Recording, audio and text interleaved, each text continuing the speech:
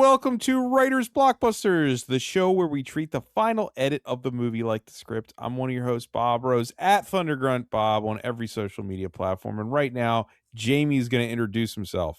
Hey, I'm Jamie Nash. I am the writer. I'm a screenwriter, first of all. You can watch some of my movies probably on Tubi or something. I don't know where else they'll be these days. Oh, I'm sure you could rent them on Amazon. So I'm a screenwriter, but I'm also the writer of some Save the Cat books. So if you know Save the Cat Writes Horror, or Save the Cat Writes for TV, or the Save the Cat Beat Sheet Workbook, all three of those are mine. And I write a bunch of novels, which you should go buy right now. Okay, Jimmy. I am Jimmy George. I am a screenwriter and mold remediation specialist, and you can find me at mrmold.com. No, that's been my life for like that's your screenplay consulting name, right? Mr. Mold. Mold remediation specialist. It's a real thing. No, you can find me at scriptbutcher.com. Sweet. And today we're going to talk, I think this might be a first, guys. We're going to talk about Toy Story 1, but this is the first time we're ever talking about a first movie in a franchise when we've already done a sequel, isn't it? Yes, definitely. We never did like Terminator 1 or something like that after 2, right? I bet Star Wars, if you want to count the series, because we probably did, before we did A New Hope, we probably did some others. You're right, we did. You're right. Because we did like the new sequels, and then we did. Okay, right. So yeah. I'm wrong. Second time. Second time. It's the second time. We've done Toy Story 4, and we did it in a timely fashion, but we never did 1. I know. Yeah, it's kind of weird that we never did Toy Story 1. So before we get into talking about this classic, we're going to go around and just say whatever we want, our personal relationship with the movie. Let's start with Jamie. Yeah, so this movie, I'm trying to I'd have to set the scene. So I was a computer programmer out of college. I've said this many times. I don't know on this show if I've said it or not. I'm sure I have. But I took all the film classes. Like I had this weird thing where I wanted to be a film major, but I was risk averse. Like I kind of saw back then it was like a worthless proposition for me to be a like Hollywood filmmaker. But I always thought I could shoot something. This is in the 90s. So I always thought if I saved up enough money, I could shoot on film, not video, because I thought video was really bad back then. And I could eventually make a movie like Clerks or something like that.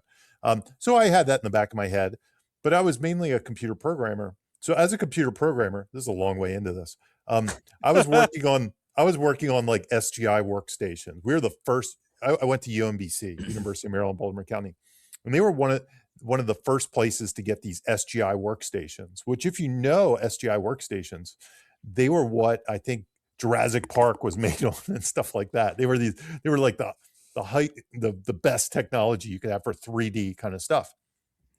And somewhere in the back of my mind, as I was sitting in film classes and working on the computer, I was like, you know what?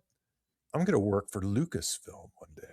I'm going to be a programmer for Lucasfilm. That's what I kind of thought. Because I was into magic and miniatures and special effects. And I was like, that's what I'm going to do one day. And around that time, I started to see the original Pixar shorts. And I can't remember the one I saw. I used to watch all the shorts and stuff because I was kind of a film major, even though I wasn't. Now my dog's going to bark. He wants to get out. I'll keep talking as he barks. So anyway, I saw the short, and I don't know if you guys saw it. Like one of their first ones. I don't know if it won an Oscar. But this was like more like a prototype. It was like a bee pollinating a flower. It doesn't have a lot of story to it. It was kind of comical. It's really short. And it was like one of the first things they did. And I saw that and I was like, that's what I'm going to do. I'm going to do that. So I was like, I totally wanted to do that. But as a programmer, not an artist, because I have no artistic ability whatsoever. I just wanted I was like, I bet they need people to help them with that. So that's a long way of saying I never did any of that. I actually sent resumes. I used to send resumes like every year to Industrial Light and Magic. I used to just send them resumes like and kind of write this sad letter that I wanted to work for them. And they never responded. I think I got a form letter once. So when I saw Pixar, when I made a movie in 1995, I knew all about the company. I had been following them. And when I saw it, it was a game-changing moment for me for like, there were a couple times, I'm sure when people saw Star Wars in 1977, they were like, the game has changed. This is, it's never going to be the same. When I saw Toy Story, that's how I felt. I was like, there, and I honestly thought this, sitting there, I was like, we'll probably never see another 2D animated film again, or they're extinct, is basically what I said, or at least this technology. It took a couple will years, make it. but you're right. It took a couple years, but as soon as I saw it, I said, it's done. But on top of that, I was also really impressed because honestly, I wasn't much for, I liked animation, but I wasn't like some person that went after animation. But I think this movie was kind of game changing in that it really felt a little edgier and more like geared at adults and nostalgia and stuff like that, like the Operation board game or the Etch-a-Sketch and things like that. Like some of the jokes, it felt like it was bringing the adults more into and I'm sure Aladdin did that too. Aladdin was before this, right? Yeah. Oh yeah. I'm gonna bring that 92, up I want to say. Yeah. So, it wasn't like I wasn't seeing Aladdin. I didn't love Aladdin. I thought Aladdin was great. I mean, I felt the same kind of edge, but I was like, this is the new thing. This is going to be forever. This is going to be the coolest thing ever. And it really was. And I think I saw it in the theater multiple times. Like I saw it because I was just kind of blown away by the technology and the look of it. And then to put a button on this, I remember, I think it was this year, I teach college students, and most of them are animators. Like 90% of them are animation majors. And for whatever reason, the icebreaker game, which is really just a secret way for me to try to remember their names, I do like 2 truths and a lie. And I say, give me 2 movies you love and 1 movie you hate. And they always bring up movies I love as ones they hate. Like, because that's just the way it is. That's, we're all on the internet. You can't tell a difference between list your 10 most overrated movies and say list your 10 favorite movies. It's all the same, right? So, and they've hurt me before, like said Back to the Future or something, and I'm just like, how could you? And then we get into a conversation about it, and it's just painful. It's just like, oh, I thought it was stupid, or whatever they say, and it's just like, oh no. So, and it happens every year to the point where I should give up the game. It's a dumb game, but it does help me remember. I'm like, that's the person that hates Back to the Future, and makes me remember their name. But somebody this year said Toy Story, and I was like, Toy Story? I was like, how could you not like? And they're like, just the first one. And I was like, the first one? How could you not like the first one? And they were like, just the graphics and stuff, and the visuals are horrible. Oh, like, God. really old-fashioned. And I was like, oh my gosh, because this, I consider it such a game changer, but I'm sure if you compare like 1 to 4, yeah, or even 5. Well, now, yeah, right? they don't have the perspective to appreciate it. It's right. They can't. Yeah, they can't go back and understand. Basically, they said it was Steamboat Willie without saying it. Like, yeah, it kind of is though. Yeah, it kind of is. Yeah. But I mean, I don't know if you guys watched it in like HD or whatever, but you can tell now more than ever, right? Yeah, I'm not defending the kids. Fuck them kids. Fuck them kids. Yeah. You know what's weird? What's weird about animation, even though I'm saying this was a game changer and it looked different, and I immediately saw the game was over, even more than when I saw Jurassic Park. In some ways, I said the game was over when I saw this. The weird thing about animation is, if it has a good story, I can even appreciate. Like, I can still go back to Rudolph the Red-Nosed Reindeer, which we reviewed on the show or whatever, and that's got old stop motion that you can see the cracks and stuff, but there's something cool about that still. Maybe because this is computers, it's a little different. They just didn't have the processing power and some of the techniques they use now. But anyway, that's my Toy Story story. Nice. Jimmy? Yeah, so I don't have a great affinity for this, but a couple things I remember well, bouncing off what Jamie said. I remember 93, 94 being all about Jurassic Park. and the shift, even as a 14-year-old moviegoer, in understanding that, you know, a lot of these special effects were made by computers, and that was all over TV. You know, we had those PBS shows with the movie magic that we got to Right. watch back in the day. There wasn't YouTube. And It I was actually something remember, to report on. yes, and I remember the behind the scenes shows about this movie, right? There was a lot of talk about the making of this movie in culture. And so I remember thinking how crazy it was that, like, I remember focusing on Rex specifically, the toy dinosaur, and being like, wow, like these two movies, the Right. toy dinosaur and the real dinosaur, both like being realized by a computer, and how it just felt like movies were changing in such like a dramatic way. So I can remember that cultural moment and being like feeling what Jamie felt, but like from a teenager's perspective. That's what stands out to me.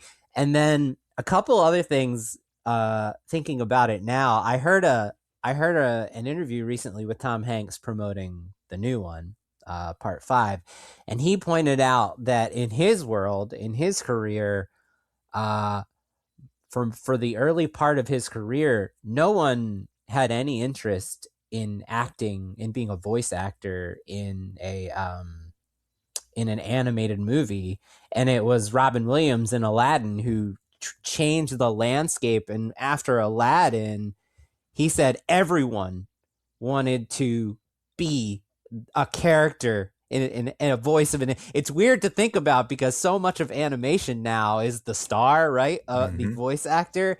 Yeah. And to hear Tom Hanks say this and say, so when Yeah. he took the part of Woody, it was like unusual for someone of his caliber. It's interesting because if you go back to the movies before then, even the classics, like Peter Pan didn't have like some great you know, actor in it or something, or 101 Dalmatians or anything, or even Beauty and the Beast. They were the right actors for the part. They just weren't famous. Yeah. So it was interesting. People. And then the backstory that Jamie's going to go into, it makes it even more interesting hearing him talk about that. But yeah, and then the other thing that I never really thought about, I'd love to, it's not a screenwriting thing, but it felt very meta, and that has to be deliberate. Like, it felt like a movie that was like basically introducing the world to a new type of animation, that's going to kill the old type of, it's going to replace the old type of animation, being exploring a story about a toy that has a new shiny toy that's talking about going extinct. It feels very meta, and given that this apparently is that's what 5 is too.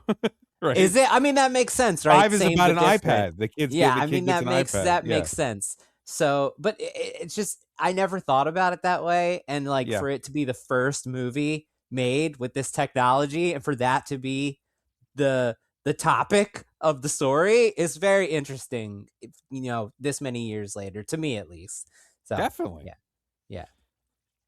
You good? Yeah, I'm good. Oh, yeah. I mean, like I'm younger than both of you, so to me, my brain was even smoother when I saw this. You know, and it was like, Jamie, you say it was game changing for you. For me, it was like, I wouldn't know what the game was. I just knew that I was looking at something I never had seen before. Mm-hmm. Like with Jurassic Park, the thing with Jurassic Park is, and that, you know, I've already talked about the significance of that in my life. They just looked real. Yeah. This was like this other, it was almost like virtual reality back in 95. It was like you're looking at the screen, and every single frame, you're just like, I can't believe what I'm looking at. It was just unthinkable back then. And it is funny. Jamie talk about his students now, and they're like, it looks like honestly now it looks like what probably programs that they use to storyboard ones that, like, this looks like the storyboards for Toy Story 5, you know? That's the difference. But back then, as a 12-year-old, I was like, like, I'm in a different world, a universe. I just went into the Matrix. But I wanted to say that I wrote down 3 of my favorite internet things about this movie that I thought would be, I didn't want to talk to, my personal relationship with it is whatever, but I don't know if you guys have ever seen it. This is a widely known criticism, but have you ever seen Jim Henson's The Christmas Toy? No. No. If you guys are ever bored one Christmas and will watch Jim Henson's The Christmas Toy, it is astounding how similar Wow. it has been accused of being plagiarized from that Gotcha. movie. Okay. It's literally about toys that become sentient when the Okay. kids are out of the room and they're scared about a new toy coming into their fray. It's like Gotcha. really close. It doesn't take anything away from Toy Story. Right. But I gotta check holy it out. shit. Indian in the cupboard. I used to watch it as a kid, but not until I heard the criticism did I rewatch it as an adult, and I was like, oh. I was like, oh my God. The second I've seen Richard Pryor's The Toy. Now that yeah, right. That's not related to this. The second is, which I love this theory or this question: if Buzz doesn't know he's a toy, why does he go silent and limp around humans? Yeah. I love that question. It doesn't take away from the movie at all because we'll talk about lore and everything. Yeah. But it's a great question. Is this answered in the series? Like, there's always a debate in my head. I think it is. I think in later movies it might. Do they have to go limp, or do they do it? It like might be just fake? Innately. Yeah, like I almost feel like yeah. they can't help themselves. Like they couldn't. And I'm not sure if any of the movies they break that and they're actually moving around in front of a human or something. Well, that's in this movie. I think, yeah, I'm going to rewatch all of them to get up to 5 because we're doing this, and I'm actually going to look for if they ever like slyly answer this question. Like when they get innate life, they're just that's part of it. They have to go limp or something. They know it because they already have knowledge that they shouldn't know. There's a brief where they say rules twice. Woody says insinuates that there's rules. The third one that I love is Etch-a-Sketch. He is the only, I think, from what people say, he's the only toy in this movie specifically that has no humanoid or animal features. So why did he become sentient? Because there's so many other toys in the room that stay inanimate. But Etch-a-Sketch has no eyes, legs, limbs, anything. But Mr. Spell doesn't either. But Mr. Spell has a human voice. Yeah. So that's why there's no humanoid nature about Etch-a-Sketch whatsoever. Why did he come to life? And it makes me think personally that it's the amount of time the kid plays with you that you earn life or something like that. But then Buzz discounts that. Yeah. So, yeah, I don't know. I just like... Those are all things that I've read over the internet on the years. They're in your brain rattling around. I can't run away from them whenever I see this movie. I'm like, yeah, why does Buzz not... I thought you were going to talk about the memes, like let him cook and... No, none of that. I'm just talking about actual, like, in-universe questions. Because the movie is asking us to believe this world that doesn't make logical sense. It's a buy-in, which makes no logical sense. Like, if you can... what determines how their eyes work or how their joints work or whatever, you know what I mean? Mm-hmm. You just go with it, like cars. Yeah, exactly. You just buy in. So it's a lot of fun questions. So yeah, a lot. Yeah, there's so many. But let's talk about box office. Jamie, what did this specific movie make? Yeah, worldwide? this one made 375.4 million worldwide without inflation. And that was in 1995. And just to give you a feel for 1995, my favorite thing. Yes. I don't know that we've done 1995 too often.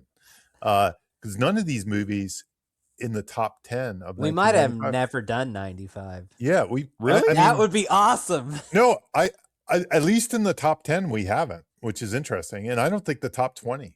So here we go. Number 1, a movie I definitely want to do on this show one day. 7 was number 1 at the worldwide box That's office. on Jamie's list. It is. It's kind of shocking that was number 1 in 1995. I almost want to like back check this. I'm like, really? That was the number 1 movie? Yeah. Brad Pitt, but also that a movie like that could have been number 1. Exactly. Yeah. R-rated. That's insane. It's just weird. A serial killer movie with number 1. It's really a head scratcher. When I saw that today, I was like, I guess Silence of the Lambs, right? Like that. Yeah. This is in Silence of the Lambs. I can almost see more in some weird way. I don't know, but seven made 327 million worldwide. Maybe this was a down year for movies or something. Surprised we never got 7-2. Yes, and 72 the movie. Now this is what's interesting about this list, and this is Box Office Mojo. So Box Office Mojo has Toy Story making 237. So I guess it's splitting it across years. Okay. You know, maybe did Toy Story come out at Christmas? I don't remember. I mean, it makes sense, kind of. I think it would make sense. It would make sense. Apollo 13 is number 3. Mm-hmm. Tom Hanks killing it. I would have thought Apollo 13 made more money than 7. I just because it's more audience for that. I mean, if you're talking kings of the 90s, Tom Hanks is on the Mount Rushmore, right? Absolutely. Up there with Jim Carrey or something like that. Yeah. Number 4, Batman Forever. Number Speaking 5. of Jim Carrey. Yeah. Yeah. Number 6 is Ace Ventura: When Nature Calls. There you go. There you go. Number 5, Pocahontas. Number 7, Goldeneye. Number 8, Casper. Number 9, Jumanji. Number 10, Die Hard with a Vengeance. Fucking A, dude. Just to give you some more, though, just to show you that we haven't done any of these. Take me back. Crimson Tide was 11, yeah. I wouldn't mind analyzing that movie one day. Waterworld is number 12. Let's do Waterworld. Dude. 12 Monkeys is 13. Dangerous Minds is 14. Damn. Mr. Holland's Opus is 15. Fucking A. Kind of underrated. Yeah. Yeah. 16, While You Were Sleeping. 17. Hell yeah, I just watched that. 17, Congo. 18, Father of the Bride Part 2. 19, Braveheart. And 20, Get Shorty. So that Damn. The variety. It's a weird year, though. It feels very 90s. A very 90s year, you know? Yes. AKA, that means it's good. What? Okay, so now that we have that, the budget for this movie was $30 million. And in comparison, the budget for Toy Story 5 was $250 million. And Toy Story 3 was the cinematography in 5, though. Like, I haven't seen the movie, but the trailer looks so gorgeous. And it's the most expensive Pixar movie ever. Toy Story 3 and Toy Story 4 were $200 million apiece. Toy Story 1. So most of this is just our times, our changing times. Yeah. And franchise box office. So we already said Toy Story 1, the grand total was 375.4. Toy Story 2 is 511.4. So it increased its audience. My favorite, by the way. Toy Story 3, my favorite, is 1.069 billion. I'll put it that way. Toy Story 4 was 1.071 billion. Damn. And Toy Story 5 is on the way to $1 billion. 808 million worldwide. Jesus. And currently in theaters with 160. In 2026. Yeah. Yep. So it's going to make $1 billion because it's still going strong. It's still chugging along. You know, at the beginning of this podcast, we can all say it was a game changer as much as we want, but the truth is like you don't launch all that stuff with how great this movie's written. Right. You know what I mean? Like it's Absolutely. not just It's that. It had to be great. And the It had to be written great. Absolutely. I mean, it's written response. Like, so that was my argument. Like last night when I rewatched this, and I haven't watched it probably in 10, 15 years, the original. And going into it with my student in mind, I was like, is this not going to hold up? Is this going to stink? I barely noticed the technology or anything because it's so well written. Yeah. You know, honestly, the only time I noticed, and, Yeah. and they have admitted this, I've watched interviews with the animators, it's the dog. That's the dog only is time. The roughest looking, yeah. And it's kind of fine. Where's like, Jamie's dog to be barking in response? Yeah, I know, That's right? right. That's right. But like that dog is the only time I'm like, oh, right, it's 95. You know what I mean? Like the rest of it, I'm fine. It's fine to me. Yeah, But the dog's rough, but I like it. I don't want to change the dog. The dog, in a weird sort of way, the dog is probably the most realistic thing in it because it's more realism than the humans in some They ways. couldn't do the hair, so they just made it like scratchy. You know what I mean? It's like just ruffled, jagged edges of it. Yeah. Yes. So but I like how weird the dog looks when he's walking and shit. They didn't even nail the animation kind of the dog, but it's fine. I wanted to briefly talk about the creation of this movie because it is kind of writing related, and that it triggered a topic for today as well. So this Toy Story grew out of like a 1988 Oscar-winning short called Tin Toy, which if you've ever seen it, it was about toys that came to life.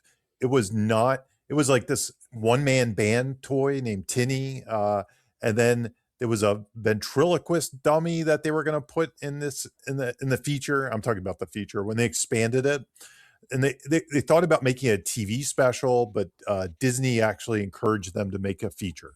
They were like, no, it's time. You guys got to do a feature at this point. Because everything else was kind of like a prototype. It was kind of like showing what they could do, showing how impressive things were. It was like, we finally have to put a stake in the ground, do a feature. And Toy Story was the thing that they came up with. So the development process, there is a short online. It's a short documentary, a 7-minute documentary that kind of details Black Friday, they called it. And basically it said that the writers of Toy Story, who I guess I should mention here, I think it was John Who wrote this Lasseter. shit? There you go. Who wrote this shit? John Lasseter, Pete Docter, Andrew Stanton, and Joe Ranft. And the screenplay credit went to Josh Whedon, Andrew Stanton, Joel Cohen, and Alec Sokolow. Friggin' Joss Whedon, man. Yeah. Yeah, Jesus. And Josh Whedon gets a lot of credit. We'll talk about that in a minute. Right. Yeah. So they would, in this documentary, if you watch, and it's a 7-minute documentary, just ignore me, go watch that and come back and then fast forward to what I'm about to say, because I'm just going to summarize it. They said they would board the script. So they had written it, they had done stuff, and the boarding process, which I went through a couple times, is, and I don't even know if they still do this. I'm never invited to it anymore. I worked on like 4 things and they never show me their boards, but basically they would write almost the storybook version of it. Like if you imagine a kid's storybook, but if you imagine every single story beat had a picture, that's kind of what they did. They weren't as detailed as storyboards. They kind of skip over chunks. Like it might say, and then the soldier toys went out and into the birthday party, and they'd flip a page and you'd see like the soldier toys repelling, and it would be a painting of that or an illustration of that. So that's the typical boarding process. They usually go through the entire story. So if you ever work with an animation company, when they pitch you, because I've had this happen before, they'll be like, hey, we have a story, we're going to pitch it to you. They come out with all these boards, and one person is just, sometimes they lay them out on the wall, and sometimes it's just one person like shuffling them one at a time, and they're showing it while the other person talks. And it's kind of like an illustrated story when they pitch to you. So anyway, they would have to go through this boarding process. And I can't remember who the first they pitch it, I think internally, and some internal consultants would come and they give all these notes and say, change this, change that. And then they go to like Disney and they get notes from all the old Disney animators who had their own opinions. And they'd be like, change this, change that.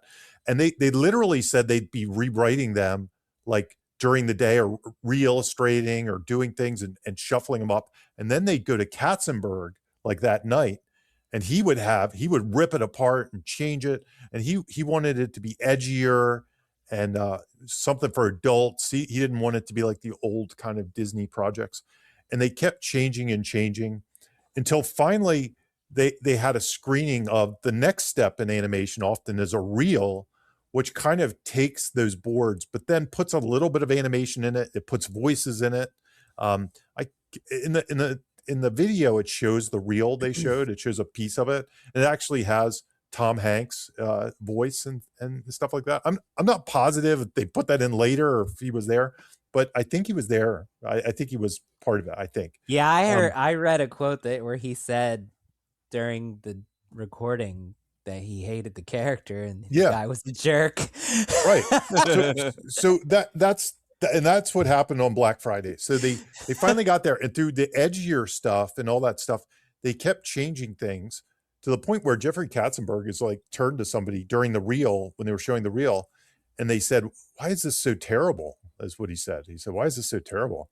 And it was because the Woody character was just a bully and a jerk, and he had no like warmth or charm. And if you watch the video, you'll see a lot of dialogue and gags from the movie are in there, but Woody's whole demeanor is just a jerk. Like, get off the bed, you losers, you know, that kind of thing. You know, he's like, he's just like really mean and but it's kind of, and like they show the scene in the trailer where he throws Buzz out the window. He literally like push and slams the curtains and then turns around, thinks he got away with it. So he's almost like a American Psycho or something, you know. So he's what the toys in the final movie think Woody actually is. That's the original version of Woody. Exactly. He's a murderer. Exactly. So Yeah. So at that point, the guys they basically said, "Hey, we'll give you 2 weeks to figure this out, or otherwise we're going to shut this thing down." And I think they basically thought they were going to shut it down.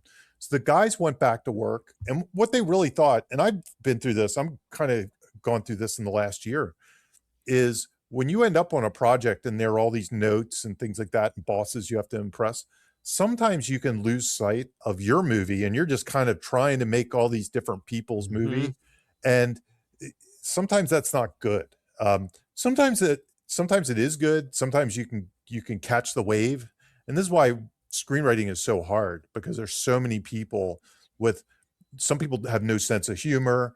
Some people want a dark movie. Some people want a kids movie. I don't get that joke. Yeah. If you start answering to everybody, it's like, oh, you take out all the jokes and you make it dark and you do this. And it's like, oh no, what did we end up with? We ended up with this thing. So anyway, to make a long story short, they went back and they said, we're going to trust our instincts. We're going to make the movie we want to make. They did that. And that's kind of how they got to the happy ending, where they came up with Toy Story. And they basically did it. And this is going to go into one of my topics, by making Woody nicer or more likable. And what I think they did, in my opinion, the way I interpret it, I mean, they didn't do this, like they didn't go to the future and read my book and do this, but I think they added a rooting resume to Woody. They made us want to root for Woody. Now, I think they could have just recast Bill Murray and it would have worked. Yeah, that's the key. If you made Bill Murray Woody, he could have just been a jerk, like, you know, and you kind of got away with it. But I think they gave Woody what I call the rooting resume. And in my books, I have this thing called the rooting resume. That's basically just a checklist of some potential ways to make the audience root for your main character. And it usually happens in the first 10 pages. The whole concept of Save the Cat is one type of rooting resume checklist item. And the idea of Save the Cat, if you've never heard it, which you probably have if you've listened to this, is you could have a really bad person, but if they save a nice little kitty cat, we'll root for them because they're kind of a nice person deep down. So these are just some that I kind of, when I was watching, I was like, I wonder, you know, and if you watch that short documentary, you'll see the other version and you'll see kind of the vibe and you'll see what they added. And some of mine in the checklist are, first of all, they're an underdog. And in this story, I think Woody is an underdog in that he's kind of this old pull string toy, and Buzz has wings and lights and a laser and he looks cool. He's just like an underdog toy when Buzz shows up. So he's instantly an underdog. Buzz can fly. I mean, he's literally from like the 50s, right? I mean, we don't know that till later, but he is from the 50s.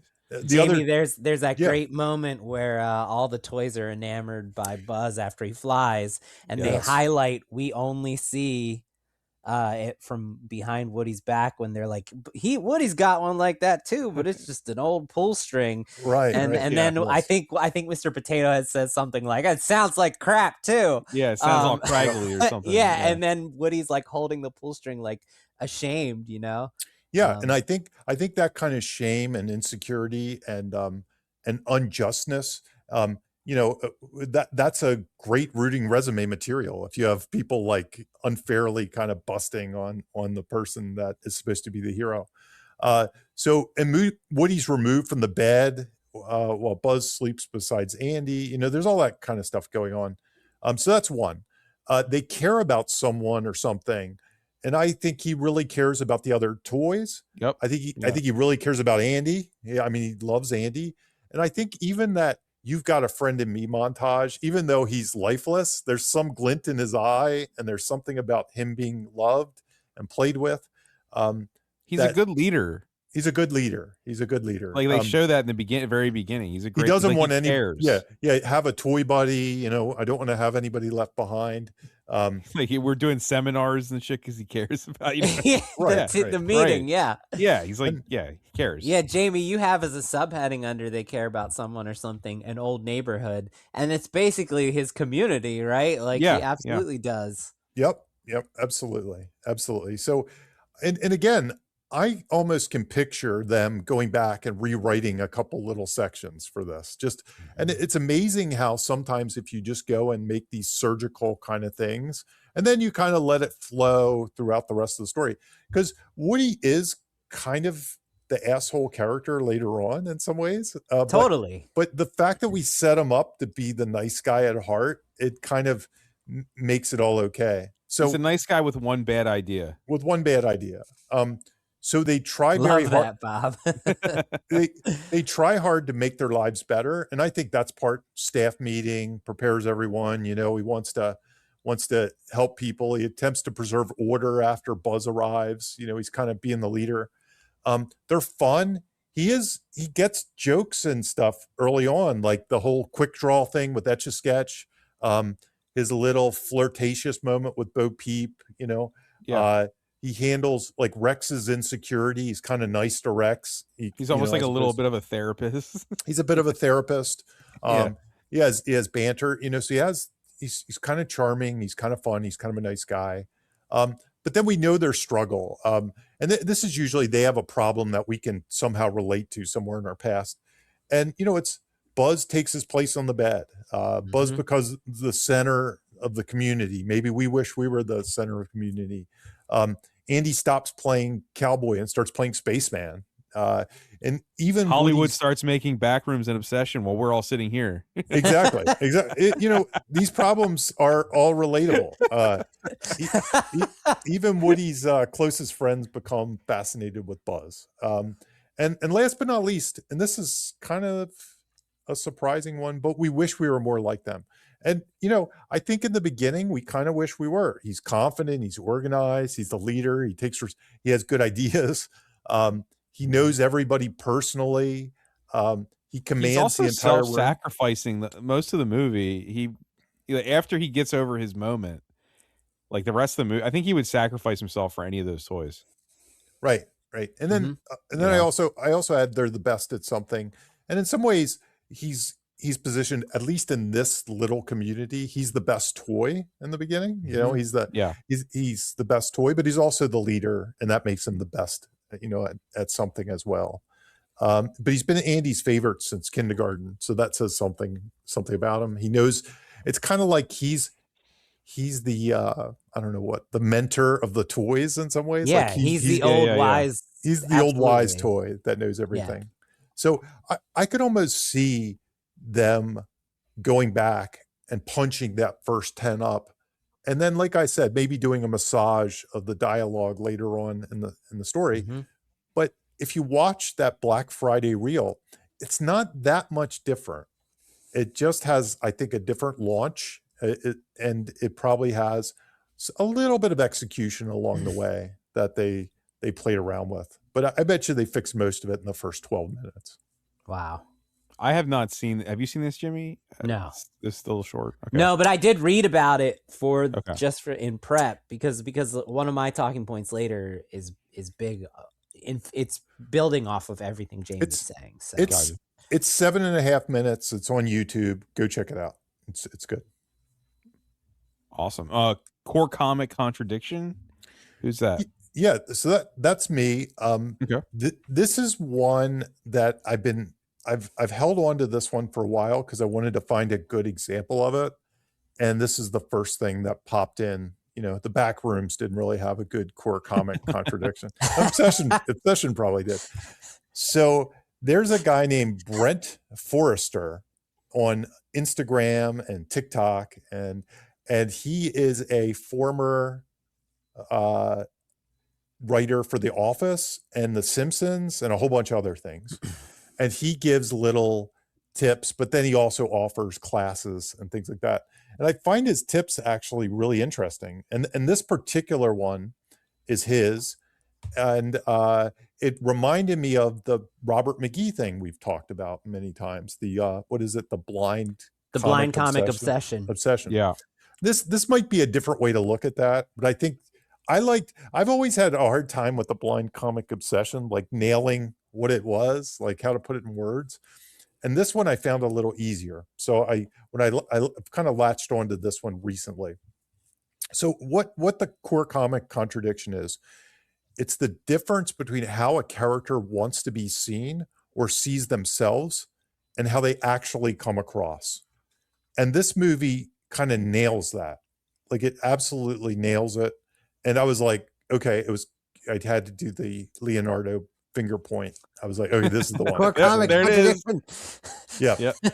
So Woody wants to appear like a secure, generous leader, but comes across as a jealous control freak at some point. Right. Yes.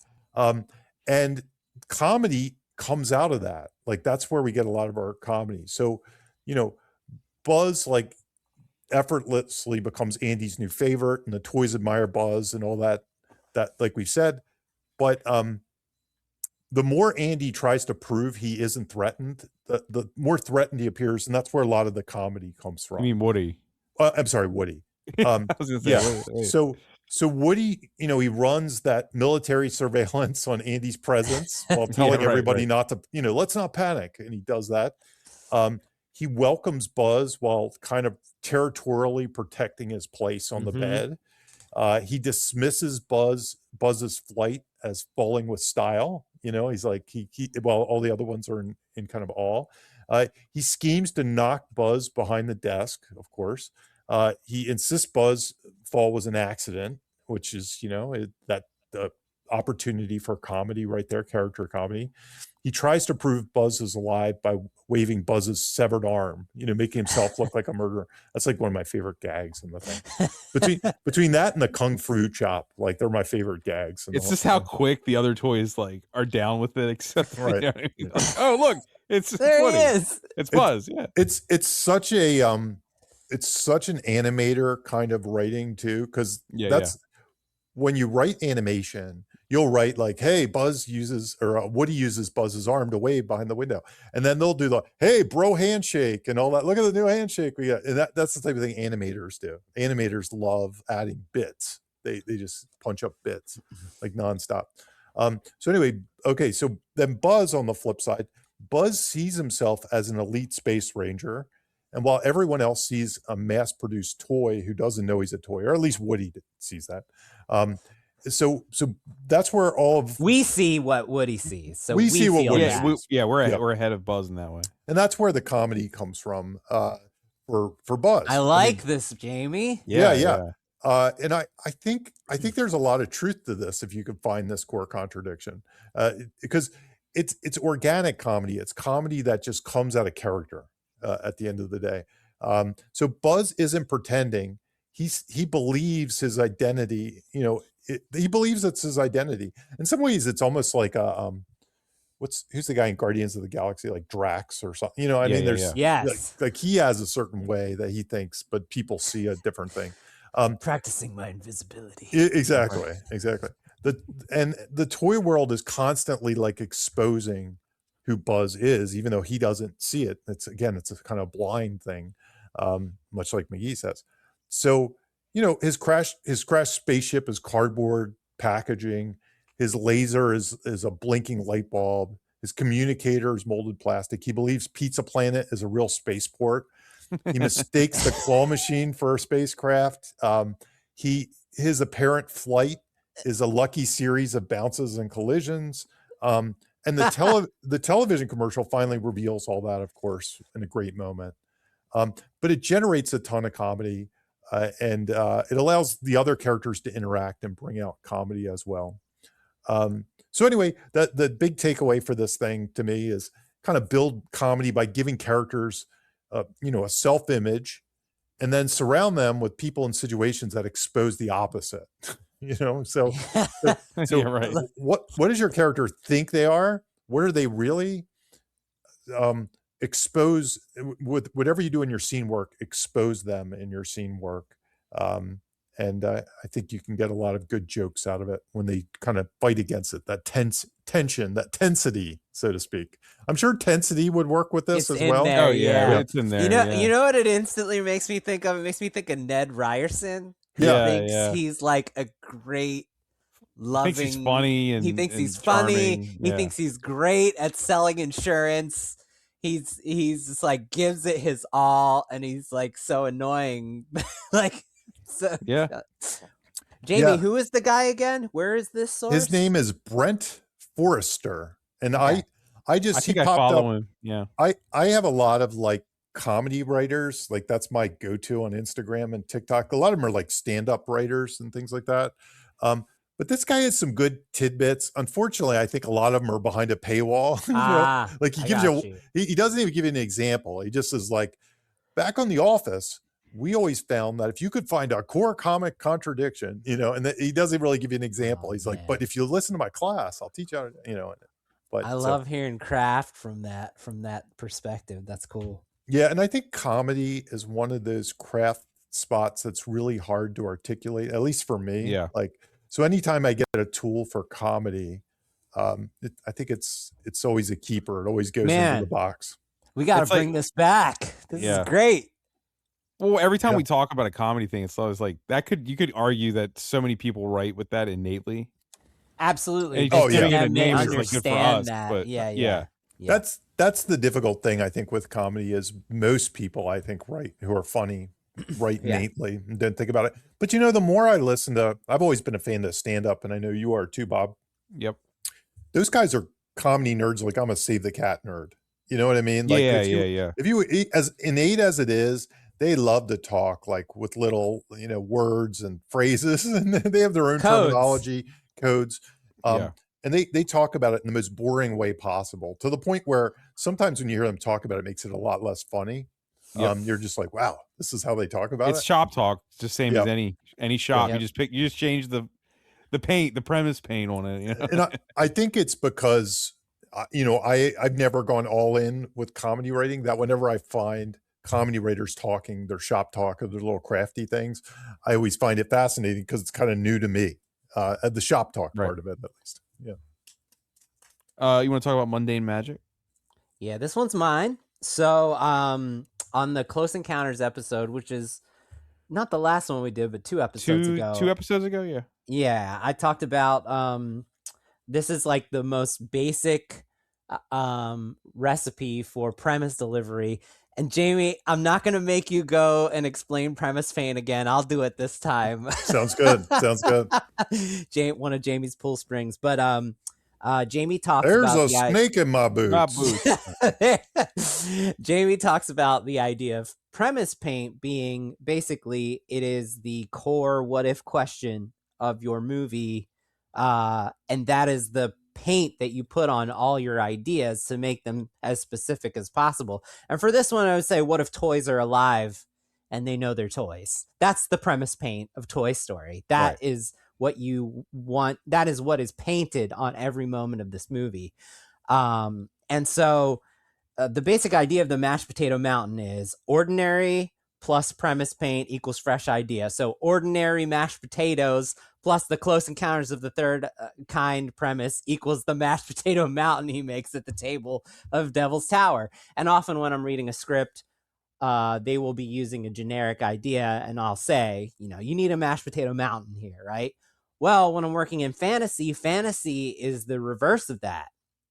So if you're in a fantastical world, or the last time we did Mundane Magic was the killer of all things. So it's it's an extraordinary world to us, right? The world of assassins. It's its own version of fantasy world, right? You need to do the opposite. You need to have all their fantasy stuff painted with ordinary, and that becomes something unique and premise specific that we could only get in this movie, and that is mundane magic. So my code for this is the trash eating unicorn from Onward, from another Pixar movie, where they put ordinary domestic vermin plus the Onward premise is a bunch of trash eating unicorns in the neighborhood. They're the rats. So anyway, I want to give some examples of how this movie uses mundane magic that you could hopefully learn from. So the first one is Woody's staff meeting, right? He has a fantasy toy world where all the toys are alive and know their toys in a boy's bedroom, plus an ordinary staff meeting equals the Toy Story staff meeting about plastic and erosion. So that's the first one. The second one, as Jamie talked about, the Green Army Men's birthday party recon mission. Right. A birthday party plus the Toy Story premise equals the recon mission. Have you ever really thought about the fact that Arlie Ermy is a voice in this playing? I love it so much. That was such a thing dark I said. Reference. You know what? You know what's funny though? When I was sitting in the theater watching this in 1995, that moment was the moment that sold me on this movie. Oh, it was like his voice. Those little toys were things I played with on the beach and stuff when I was a kid. Same. Even at my age, Jamie, I played with them. Oh my God. It was that single moment. That moment was almost like Darth Vader coming through the smoke onto for me.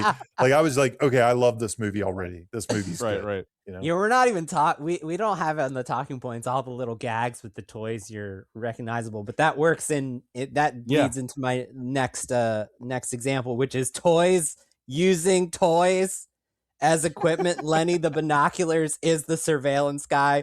Mr. Spell is the messenger. Etch-a-Sketch is the sketch artist. I just love RC, right? Yeah. I mean, they're using walkie-talkie baby monitors, right, for the recon mission. Right, yeah. That's mundane magic right there. Buzz the toy watching an ordinary commercial to learn his true identity. That is mundane magic. And then my favorite one is to Jamie's name on the Zoom chat here is the Claw. The aliens worshiping the ordinary claw machine, but to these aliens, it's like a religious experience, a deity. So that is mundane magic, right? An ordinary claw machine plus the Toy Story premise is yes. I was gonna, Jimmy, like you could tell me if I'm wrong here, but there's almost a second set of mundane magic just for Buzz until he realizes what he is. Oh, like, and that, you know what I mean? Probably, like, absolutely. They do such a good job of like, how would Buzz interpret everything around him, and the whole movie up until he realizes. I almost did to your point. I almost did a whole talking point of comedic misunderstanding, which is an entire comedy technique that has its own whiteboard in this movie, like comedic misunderstanding, like separate from the normal toys coming to life thing. The simple idea of like what do you think they came up with first? Like, do you think they came up with Planet Pizza because of Buzz? Or do you think it was one of those setup payoffs? Right. Yeah. Or do you think they had something totally different and then they called it Planet Pizza? And then they were like, Planet Pizza is such a good 90s idea. Yes. It is. It's like so perfect. The whole time I'm watching, I'm like, I wonder what this thing is. By the way, I think I heard that Whedon, his big contribution was Buzz. Like it was that kind of makes sense, honestly. Yeah, it was the thing where he thought he was what he was. Like before, what I've heard is before he came in, Buzz was more a self-aware toy. Like he knew he was a toy and stuff like that. Even though he kind of played up his space thing, he did consider himself a toy. And Joss Whedon's input was to lean into the whole comedic misunderstanding. He doesn't know he's a toy. Yep. Yeah. I mean, so with like Rex, you got to also assume that the toys aren't innately given the thing that they're created with. You know, like Rex is not He's not Yeah. like a dinosaur. He's like he's Wallace Shawn, right? He's Right. yeah. It's Wallace So Shawn, yeah. Buzz, like Buzz, it doesn't have to be that, and I'm sure all Buzzes don't have to act like that. Just an Right. interesting point, I It guess. was, but it was a big choice, yeah, to change Mm. the movie. But yeah, to your point, Bob, I almost put a whole talking point about what you just said, Right. because there's so much of it, and it accounts for so much of the comedy in the story. And I just wanted to do one more example of mundane magic. It's just like all premise delivery. It's people. It works with people, places, things, scenarios, and you can just do it with dialogue. So my favorite example from the movie is the "Where are you from?" the Oh yeah, introduction. yeah. Where are you from? They have a brief and Ham says, "Where are you from? Singapore, Hong Kong?" And then Buzz goes into his whole speech that's on the back of his box. I'm not going to read it because it's like 10 sentences long. And then Mr. Potato is like, "Oh, really? I'm from Play School." And Rex is like, "And I'm from Mattel." "Well, actually, I'm from a smaller company that was purchased in a leveraged buyout." That's what I mean by mundane magic, right? They take an Acknowledging the ordinary consumerism greeting, of it all. yes, and they paint it with Toy Story. We get this like introduction that we could only get in this movie. So it's amazing. It's like amazing example of premise delivery.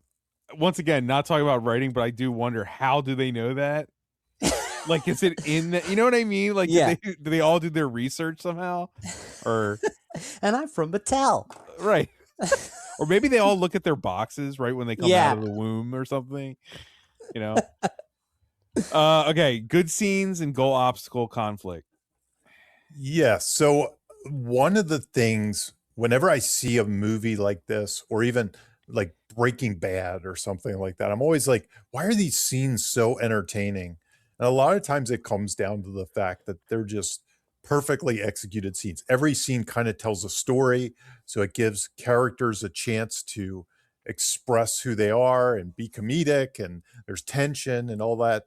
And I just analyzed the first couple scenes from Toy Story to see like how they're pulling this off in this classic kind of, every scene is conflict sort of way. So the idea is that each scene kind of is a mini story. It has a goal, an obstacle, and then it kind of has a turn, which is, what changes in the end, like why it throws to the next scene, why it pushes to the next scene.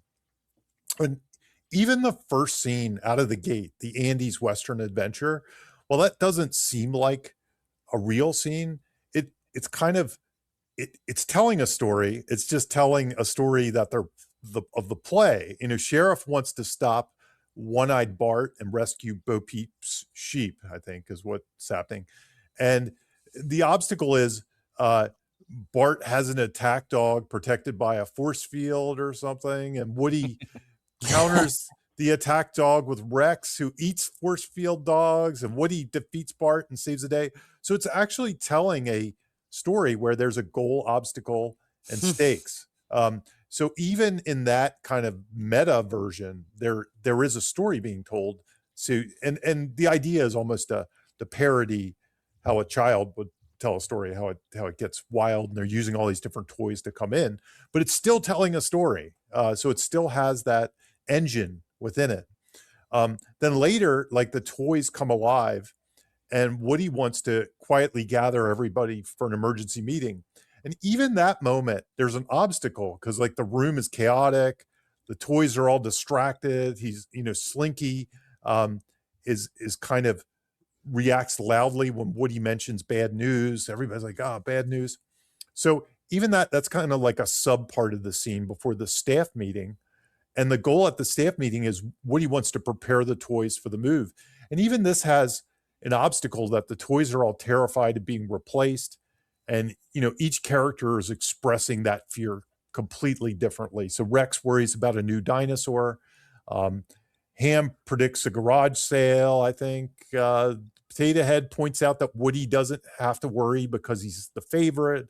So, there's even a lot of obstacles and tension there. That, just when Woody has everyone calm, the birthday guests arrive. So it kind of, he finally has a success. So it's like kind of good news, bad news, right? It's like, Yep. I got the team. Oh no, the party. Now we're into this new thing. And then Woody sends out the troops, and the troops have a very obvious goal. They're trying to discover the presence and report back they have an obstacle. They have to get around the kids and hide and do all that stuff. And then what began as Woody kind of telling everyone that there was nothing to fear becomes this full-on mission. So it actually takes a part of a mission. And there's all those gags, the enormous stairwell, the danger of being seen, almost being crushed, one soldier getting injured, another one of my favorite moments. Yeah. Mine, right? Yeah. Children running through the hallways, so it's almost like these giant monsters, running through the hallway. The potted plant jungle is so the potted good. plant so jungle. Good. Yeah. But all these scenes are kind of rooted in hero goal obstacle stakes. They all have a goal. They all have obstacles in the way, and they all eventually turn and move the story forward. And I think you find that in the better scenes. And the one thing I wanted to mention, there was a time where I was trying to come up with scene types, kind of like how Save the Cat is my thing that I won't go into the genres. I was kind of trying to come up with like scene types to figure out, to help people, like when they're working on a scene, can you identify what the scene type is? But what I really realized with it, and it kind of dissuade me a little bit from giving them all funny names or something like that, is they're really just verbs. If you can figure out what the verb of your scene is, or what that thing is. So like to get something, to go somewhere, to escape, to get answers. A lot of things are to obtain things, to hide, not to get caught, to survive, to prove yourself. Like later, maybe Woody has a scene to prove himself, to choose, to connect, to break away, to prepare. And a lot of these, if you buy a book on acting, there's usually like sheets on acting, like, because actors need to know what their objective is in the scene, and they give themselves a verb before they come in the room. They say, what's my purpose? And they think of that. They say, my purpose in this scene is to hide. Now, sometimes actors will choose an unusual verb that contradicts with the writing just to make it weird and interesting. But it's kind of the same thing here. Like if you can think of who the hero is, come up with a verb, and make sure you have it. But what I think's interesting, I did a little list. I think then you can compare your scenes and make sure they're not all the same verb, right? Because right. variety and rhythm. Because what I read, and this is where it kind of opened my head to like, this might be a useful tool when I finally figure it out. Some scripts I read just are the same verb over and over again. It's like, get something, get something, get something, get something, or maybe even it's the same thing, you know what I mean? And it keeps changing. And I read a lot of scripts that are like that. It's like the same verb for each scene. So the scenes kind of get this similar feel for each one. So just to give an example in this one, I listed some verbs. I kind of broke it down. So Andy's Western game was get something. Woody must capture Bart. I was going to, whatever that is. Woody gathers the toys for the staff meeting. And for that, I had like prepare and convince is basically what I was You thinking. got a hybrid there. That's good. Yeah, kind of prepare, convince thing. I think you can add verbs too. I think sometimes joining verbs works. The presents arrive. Take control. Andy has to take control of everything, right?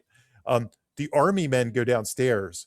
They want to get somewhere and don't get caught. Like there's two kind of parts to that section. Monitoring the presents, get answers. They need to get answers. They need to figure out what these toys are. The toys scramble before Andy enters. Don't get caught. So there's a quick don't get caught thing. Woody welcomes Buzz. He's back to kind of take control or assert his territory or something like that, but kind of take control, kind of calm things.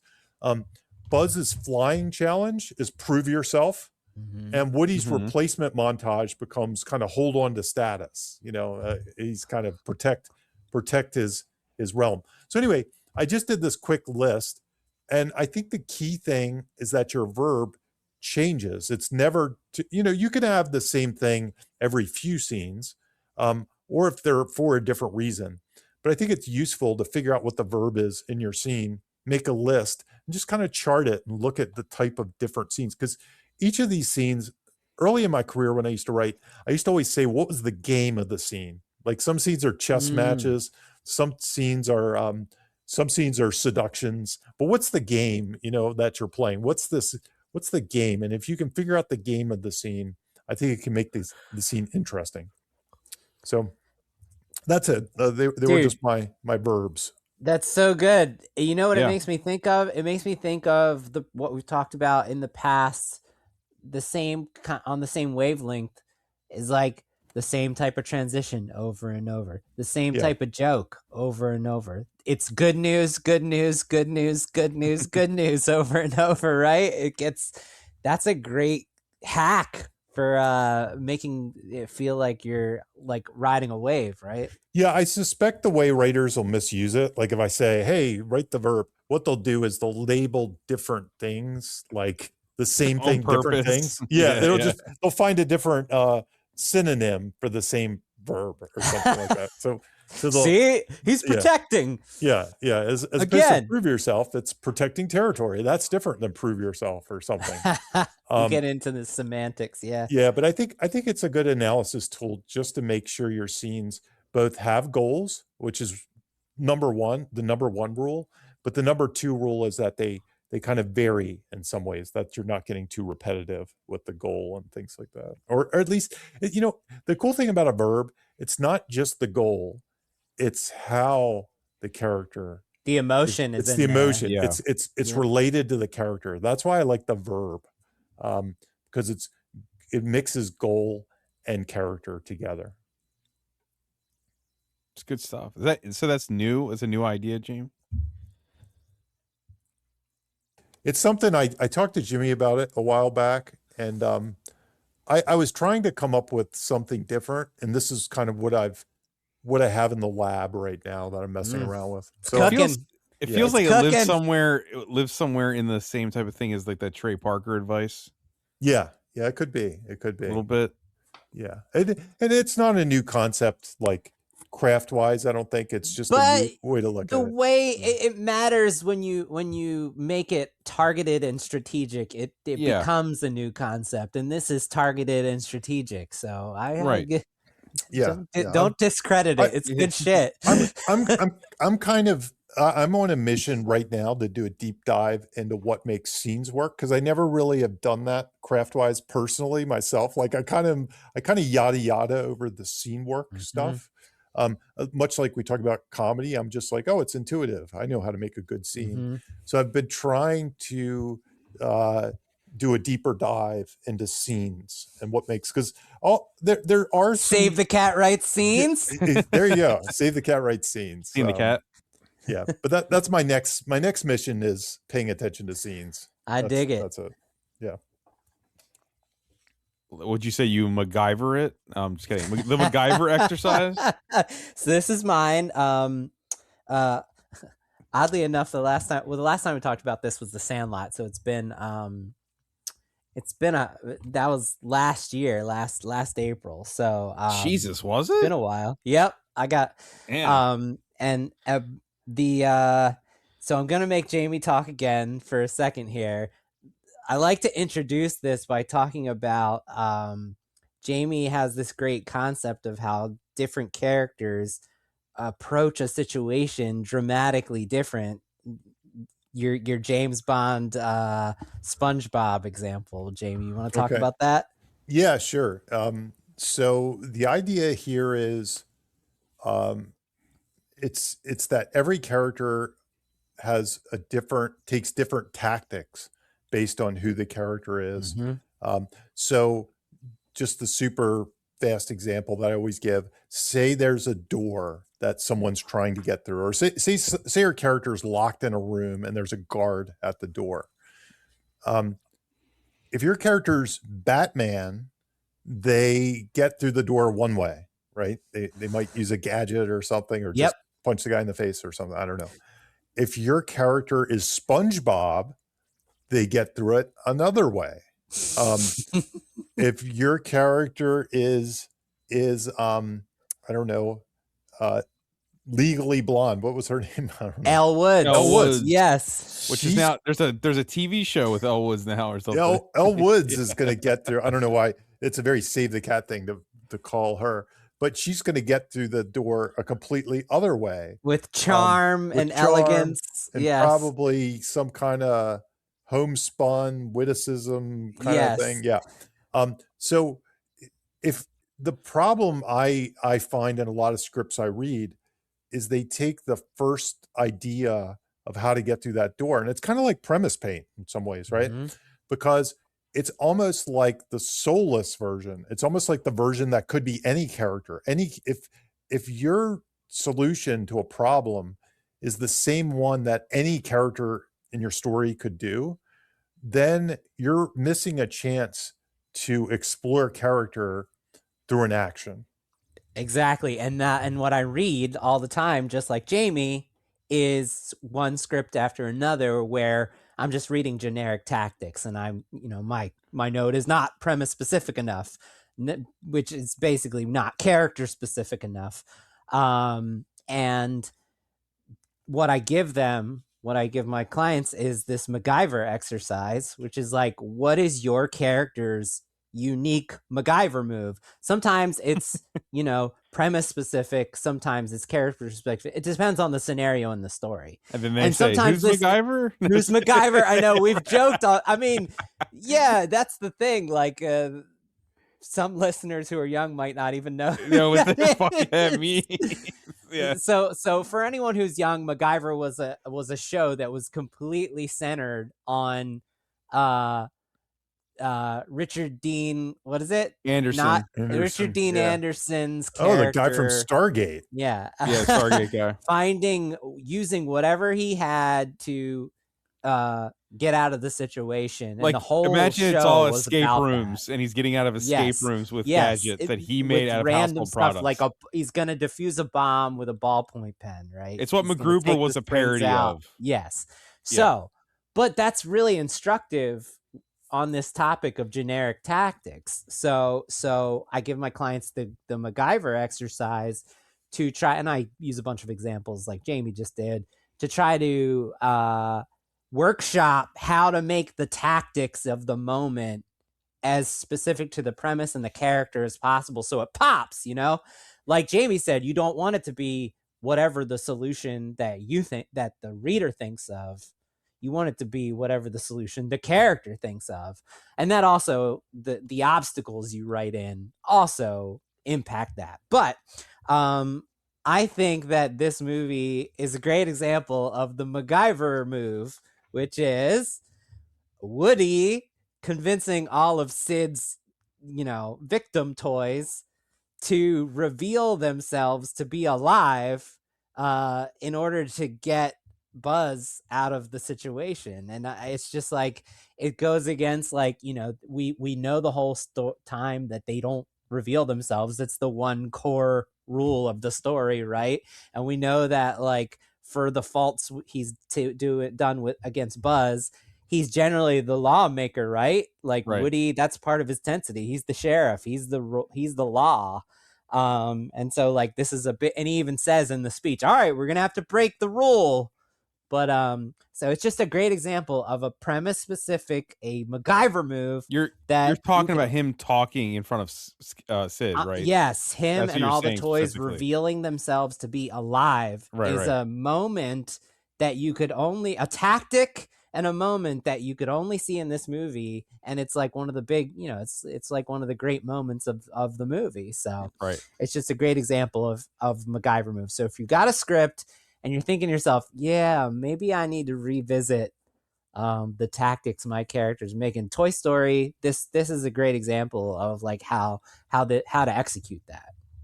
And there's so many examples in this movie. And that's my point. Like, you're, we talk about the not so secret weapon, which is the climactic one, and it's not on the talking points here, but your characters are going to need to be doing a mini version of that in every scene, right? To overcome the obstacles. So it's like every way in which these toys live is almost a MacGyver exercise. You're right. Just to exist, yeah. Just to exist, yeah. So you'd have to fill that out, or else it doesn't make it. You could have nothing. Okay, good news, bad news. This is mine. I tracked like the ending climax a chase sequence, I guess you call it. Yeah. I overdid it though, and it's not to bore our audience or Jamie or Jimmy. I'm gonna start like halfway through ish because I went the entire way from like Buzz and Woody realizing the car is pulling out of the driveway. It's so much. It's so much. Let me just say, this is such. I've done this before. I've done it on like Willow. I've done it on Solo, The Killer. I can't Guardians of the remember. Galaxy. Guardians of the Galaxy. This almost feels like the most dense good news, bad news sequence. Maybe I don't know that I've ever done, at least. It's just so well back and forth, right? It's like 6 minutes of pure Right. good news, So bad news. it's a little hefty, but I'm gonna start to save some time. I'm gonna start when the truck is at the stoplight. Do you guys at least have a bearing on what that is? Yeah, Like, absolutely. okay. All right. So that's where I'm starting this. If you know, I'm assuming anyone listening would know where that is and what's happening in that moment, right? Basically Buzz isn't on the truck. Woody can't get the back door of the truck open, and the truck truck is currently stopped at a stoplight. Okay. All right. The truck comes to a stop at a stoplight, and that motion of stopping helps Woody. This is good news. Sorry, good news. I'm starting in the middle.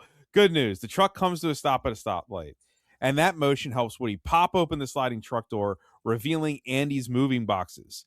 Scud shakes Bud off of his face because Buzz like attacked him prior to Yeah.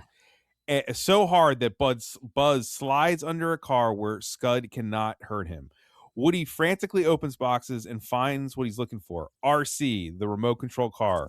He pushes RC off the truck onto the road. Bad news. All of Andy's toys witness this and assume Woody is once again trying to murder another toy.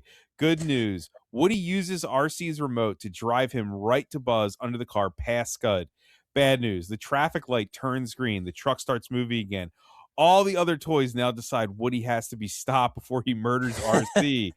Distracting Woody while he drives RC while Buzz is on top of RC toward the moving truck. Scud is chasing right behind them. Good news. As the other toys attack Woody, they unintentionally manipulate the remote control, helping Buzz to evade attacks by Scud. Bad news. The truck just went through a busy traffic intersection, and Buzz, RC, and Scud are heading directly into moving cars. Good news. Buzz and RC narrowly miss every car whizzing by them, and Scud gets safely trapped in the center of a 5-car pileup. Bad news. The other toys in the truck, thinking Woody is a murderer, toss him off the back of the truck. Good news. Buzz and RC slam into Woody, picking him up, and all three are now racing toward the truck together. Bad news.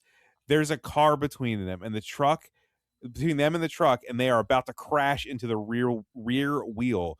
Good news. Woody grabs RC's remote, steers them safely through it. Woody then hits RC's turbo switch, and they start going way faster towards the truck. The other toys in the truck see this and realize Woody was telling the truth all along. So they drop the truck's ramp to help them. Bad news. The ramp almost crushes Woody and Buzz and RC, throwing them backward in a hail of sparks. Good news. Slinky Dog tells the toys to hold on to his butt.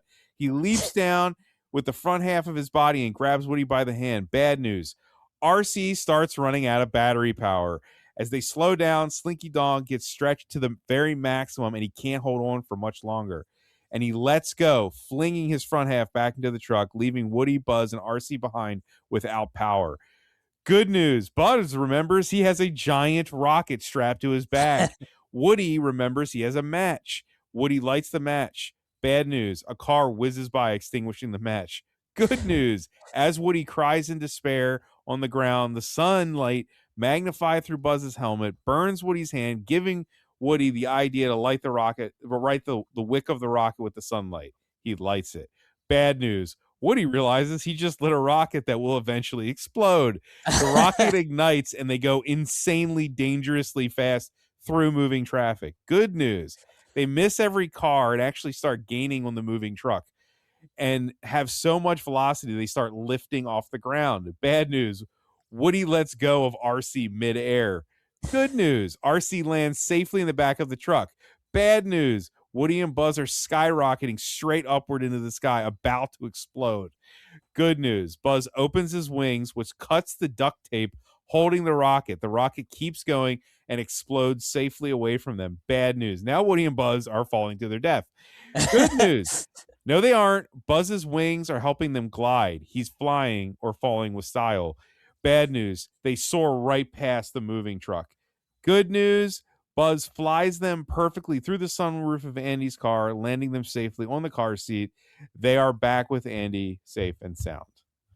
Dude. There you go. That's like me going as fast as I like cut out so much shit. There's I could have been more meticulous with that. There's actually good news and bad news within those things too, but it's so dense.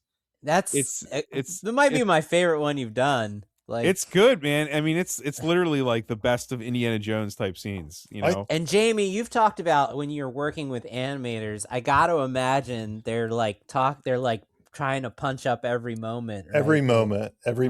That's they really take and some of those, like if you wrote all those into a script, and maybe they did, sometimes that can get monotonous in a script. It's like, okay, you just get to the next dramatic point.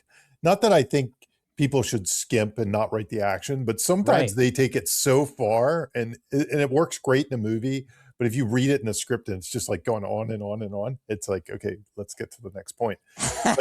But animators, that's part of their job. That's part of they're writers at heart. They're performers at heart, and they come in and they do a little improvise, and they put a spin on it and things like that. So definitely, it really is just like one of the great action scenes of the 90s, like, dude, sort of, you know what I mean? Like, yeah, like when I watched it twice for this show, and I was just like, this whole section is just excellently done. It's just really, it's just so it's good. The section I watched immediately after it was over. I popped that back on just to watch that again, to watch that last climax. Yeah, because it was so fun. Really, when you're talking about unsung heroes of this movie, it's Slinky Dog and RC. Not remotely main characters, but I feel like like I'm glad that they make sure they save RC. Like, that'd be the one thing I would have been like insistent upon, And Slinky Dog, it kind of is a setup and a payoff in this scene, because the whole movie, he's the one that believes in Woody the most. Yeah. And then this is the payoff. Right. He's like hanging on to Woody. He's willing to basically die. That's about to rip him apart, right? Like, loyalty. So which it is like a payoff payoff character too. Yeah. I feel like they might have even gone back and added some Slinky moments in the beginning of the movie to show how loyal he is to Woody. Yes. Because when he realizes that he thought ill of him and then it was wrong, he's like willing to die. And he does have his own whiteboard. Yes. Right. Yes. Yeah. Anyway, the old way, new way technique. So this is mine. Another one we haven't talked about in a while, and this is a very Disney level. It is a Disney movie. Yes. Easy Did Disney to learn own from Pixar? Example. At this point, I don't think they did. Jamie, did they? I think they were their distributor at this point. Yeah. Okay. They didn't own though, right? I don't think so. I think that happened late, many years later, because they were. I remember the sale being a big news when they bought.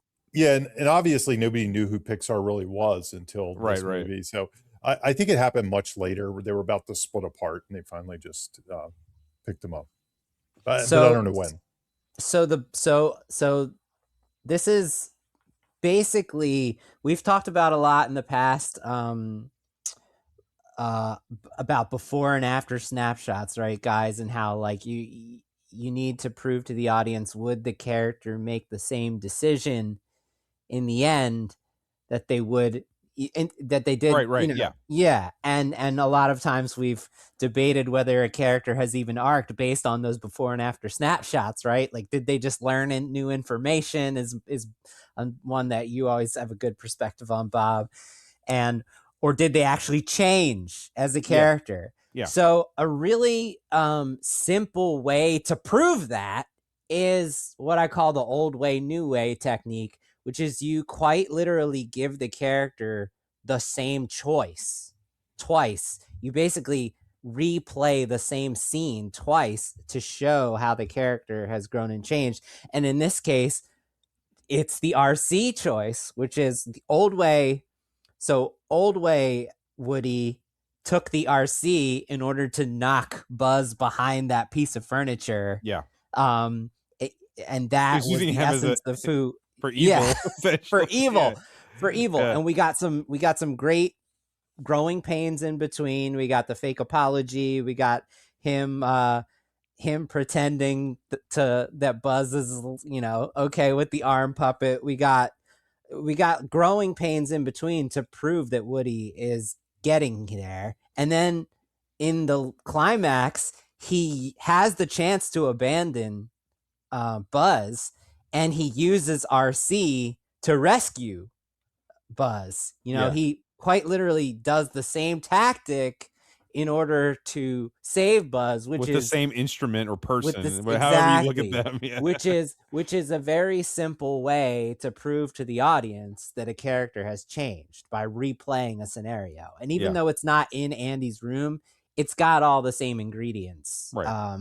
So I think this is a great example of old way, new way technique that's really easy to learn from. He did lose RC's remote. That's the one thing I thought. Yeah, I was have thought about that too. Is Andy going to be able to not play with RC anymore? Yeah. He doesn't At have least the we know remote? RC can probably move around on his own without it. I think he but- can. The yeah. question of how much RC can steer himself in that scene is like the only time I'm like, can he not do it? Yeah, it's Andy, the Gremlins thing, right? Like, how many Yeah. rules are you gonna microanalyze? I think the remote overtakes his innate ability to steer himself. That's what I would guess. Yeah, that's it. He loses autonomy. If you, and like if agency. you push the Buzz's karate chop action, It's just like Buzz. Yeah, when you put the can't- toy, you use the toy as it a overtakes toy, their ability, right? their agency. Yeah. Yeah. And by the way, if anyone's listening, I go into way more in depth of the old way, new way in 2 episodes, specifically the Kung Fu Panda, Animation. and animation, and then also Spider-Man No Way Home. Is it No Way Home that we did? Yeah. Yeah, I think we Yeah, did. Spider-Man No Way Home with where he meets the other Spider-Man. Been a while since we did a Marvel. Yeah. Stuff. So Spider-Man No Way Home, we talk about Peter's old way Peter, new way Peter, and the growing pains in between. So, But by the way, Disney bought Pixar in 2006. Okay, Damn, so that was a like while. after like Toy Story 2. So 1 and 2 were made when they were separate. Yes, that is, Yeah. I believe, because I'm trying to think of what would have been made. Bug's Life, Finding Nemo, they probably were all made.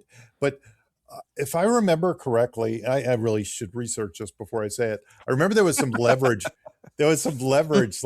Like Disney really wanted to buy Pixar, and Pixar was almost threatening to go somewhere else at the time. I remember that. And they finally decided to acquire it, but Steve Jobs basically said, we want to be in San Francisco. You can't close our offices. that rings a bell. Yeah. And I think Pixar kind of at some point became the head of Disney animation, as opposed to like Disney animation becoming the head of Pixar but that might have happened later. That's the part I really should have researched. I remember people being angry at Disney buying Pixar. I do too. It was all going to go downhill from there. Yeah. You could argue it took a little while, but yeah. But I mean, Toy Story 5 just made $1 billion, so right, whatever. Yeah. Dialogue repetition. This is you, like Jimmy, right? This is your favorite. This is my favorite talking your favorite point. thing. Yeah. This is my favorite talking point. It's my version of Jamie's genres. So basically, I just want to talk about this one because I thought it was a very simple example, and that is one way to show the audience how a character or a relationship is growing and changing for the positive or for the negative, depending on what type of story it is to use dialogue and then to repeat that dialogue and the repetition of that dialogue shows us the change. And often it's basically setup and reversal. and sometimes there's a middle beat. So this movie has two easy to learn from examples of it. First, most recently we did this in Backrooms, which is Clark said it to Mary, and then later when Mary knows more, Mary says it to Clark. She says it's like trying to describe a dog to someone who's never seen one, then asking them to draw it, and that's about the Backrooms itself. Right. And in Close Encounters, we talked about this means something, this is important. That's repeated 3 times through the story. In Toy Story, there's 2 that I love. The first one is, we've talked about it already, that's not flying, that's falling with style. So the first time, the toys are like enamored and delighted by Buzz perceiving Buzz as flying, even though we know and Woody knows it's just a bunch of accidents. And they're like, he's flying. And then Woody said, that's not flying, that's falling with style. He's insulting him, right? And he's threatened. He's insulting him. He doesn't want to lose his place on the bed. And then in the end, as they're approaching Woody, as they're approaching Andy's car, and Woody and Buzz have grown together, Woody is talking like the toys. Buzz, you're flying. And then he says, that's not flying, it's falling with style. So it shows you, I like to point out to people, like, notice how whenever this is used, it is used to show change. It is used to show the audience that something is happening to the character.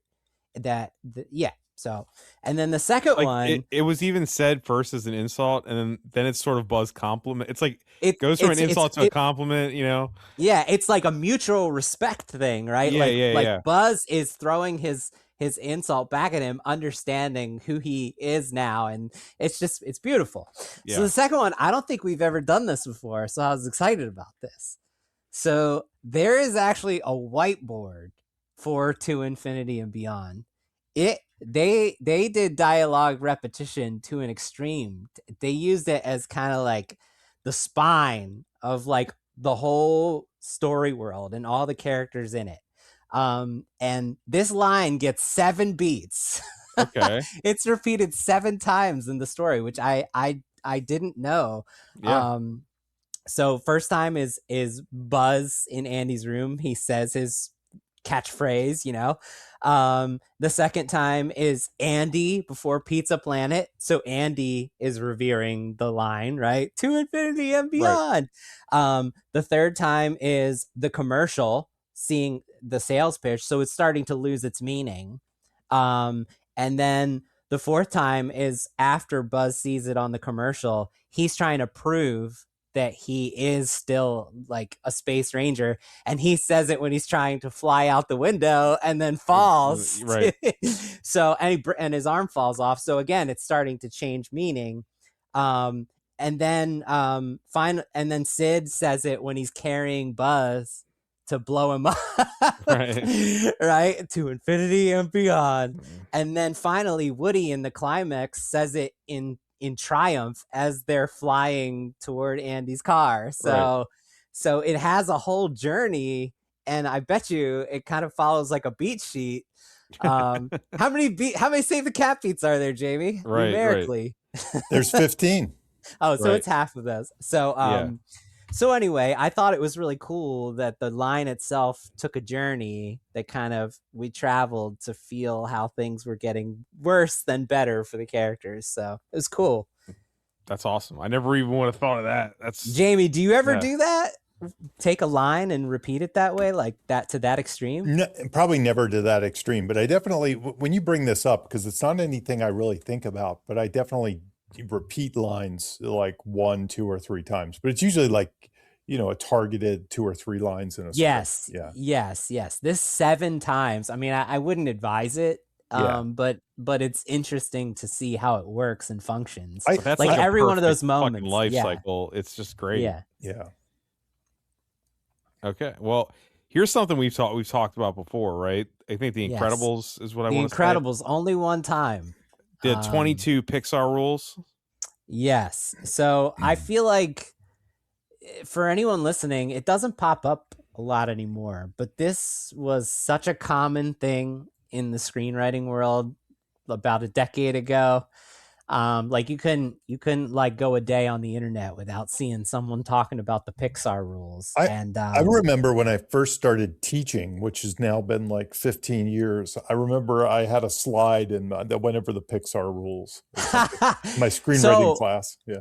There's like a whole like it's like mythos to it, you know. So they're not actually Pixar rules. They are from Emma Coates, who is a former Pixar story artist, and she tweeted these after I believe she had left Pixar. Is that right, Jamie? Yeah, something like that. Like, yeah, it was like what she learned in her time at Pixar. So right. And she later said, when it blew up, she later said she should have, you know, suggested their guidelines rather than rules. She knew what she was doing. Everybody break the rules. Yeah, she knew what she was doing. So even if you don't say that, people are going to take it as the wrong way, so it doesn't matter. Yeah, it wouldn't have gone as viral if she called it like the 22 things I learned at Pixar. Yeah, it just 22 things you should do, maybe, who knows, whatever. Yeah. So that blog post is gone, by the way, but she has a website, emmacoates.com.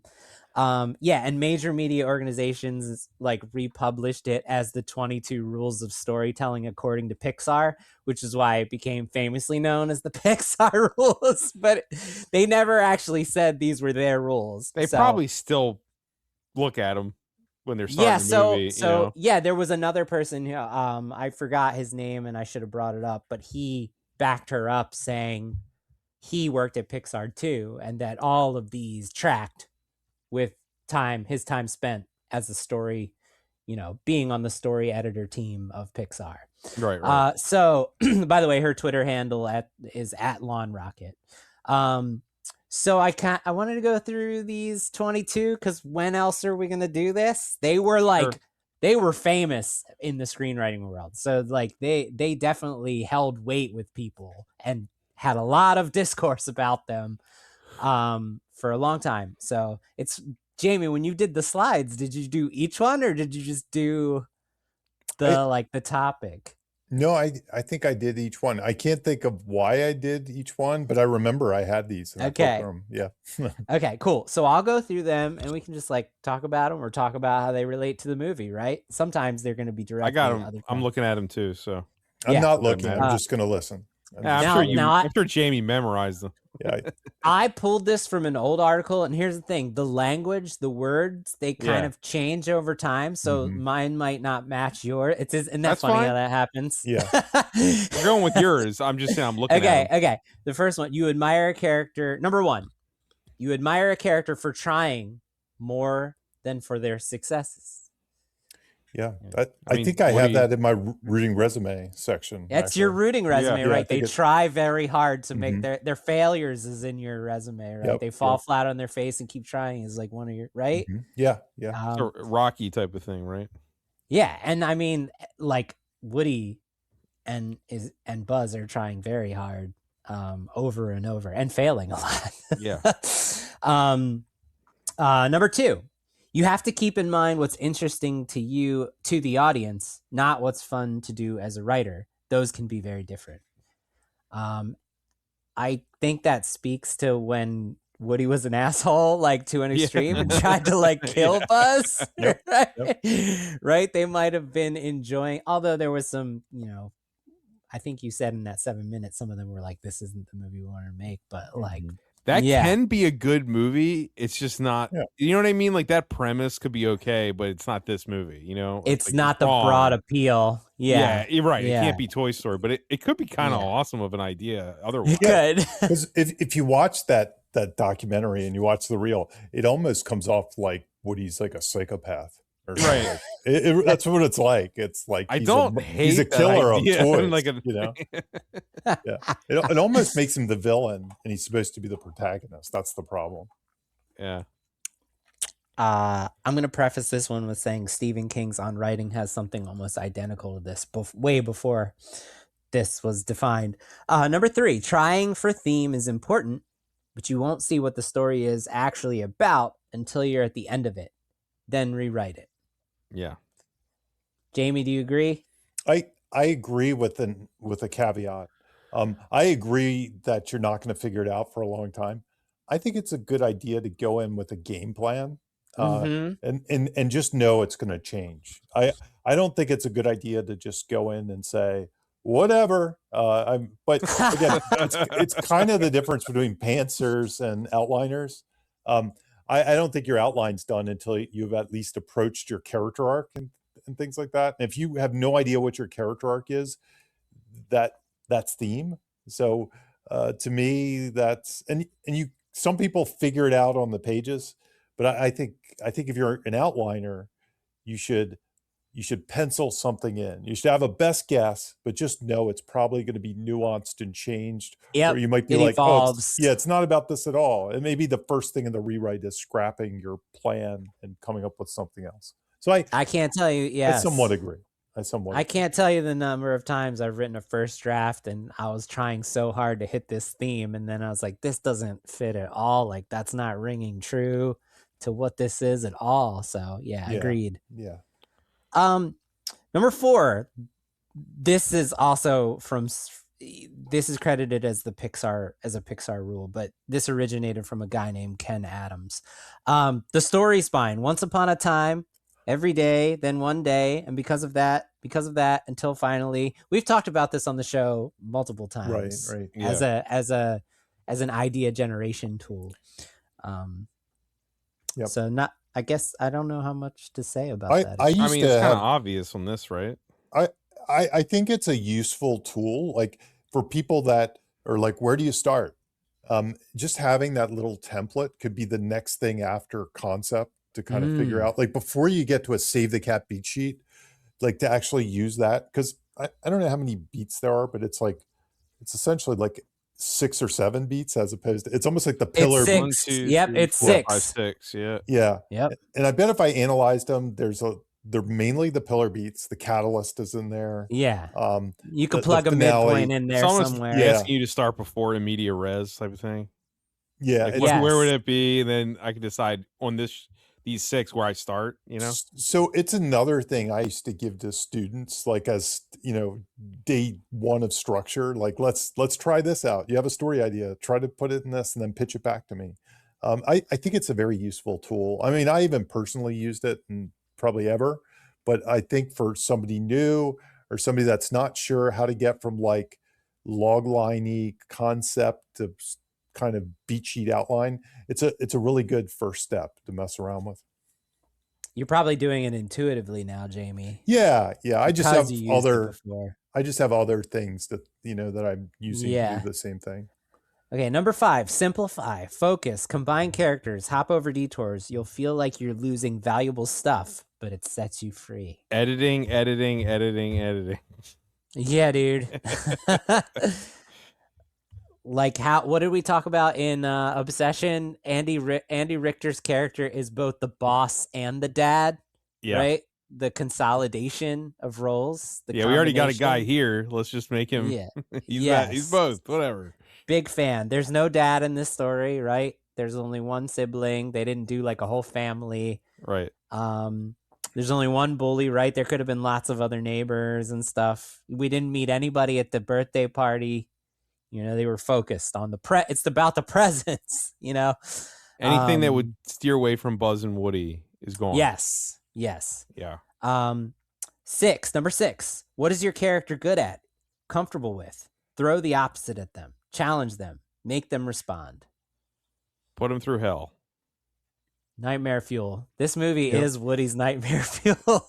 He's getting replaced. And then it becomes Buzz's nightmare fuel midway when he learns that he's not a toy. He's a not toy. real. He's essentially not real. He's not real. Yeah. So yeah, love this one. Number 7, come up with your ending before you figure out your middle. Endings are hard. Get yours working up front. What do you guys think about this one? I don't always do this. I think sometimes I sketch my ending in like I sketch my theme in. Sometimes my ending evolves as I get through it. But I've heard people, like John August is a proponent of this. So I wouldn't say it doesn't work. I wouldn't say it's not a good idea, but it's not something I tend to prioritize myself. I kind of need the middle. I need the end. I need all of it before I start writing. So just to, but John August kind of says, I come up with the end and I have the beginning and then I just start writing. And that's his process. So I wouldn't think this movie is how that ending came about. Yeah, I'd love to know that. Did I they don't know. start with- You know, how do I know? But it doesn't feel like Yeah. it feels like it was a natural progression of the idea. Do you know, Jamie, if the early version had Buzz and Woody together in Andy's car? I don't Okay. really know anything else. So, Okay. yeah. All right. Number 8, finish your story, even if it's not perfect. In an ideal world, you have both, but move on and do better next time. Yeah. So read that one again. Finish your story, even if it's not perfect. Oh, in an yeah. ideal world, you have both, but move on and do better next time. Yeah. You know what's funny? I talked to a young screenwriter yesterday. Every now and then somebody will contact me, and this person happened to be local, and she graduated from USC, and she wants to get in the business. But the first thing we talked about, I was like, have you ever done a screenplay? And she's like, oh, I have a lot of ideas. My problem is every time I start one, I move to the next one. And I basically said, the first thing you have to learn is how to finish something, even if it's horrible. I basically forced her into sending me something by September 1st, because she has to finish something once before she can worry about anything else. Right. You know, so that's her goal. That's good. Deadlines. This is just a life lesson. It's not even. It's a life just lesson. Screenwriting. Yeah. But I can't tell you how many people. It's funny, more in the novel world do I see this than screenwriting. But screenwriting, well, that's a lot more words. It's a lot I more mean, words. Jamie, even in the filmmaking world in general, like how many like low budget indie filmmakers do I know that never finished? Yeah. You just got to finish your edit, even if it sucks, But and release it. I- You'll never finish anything. I used to. I don't do these at all anymore, but I used to like to be in writers groups. I just always enjoyed coming to writers groups. And of course, I was always the one that always had something every month.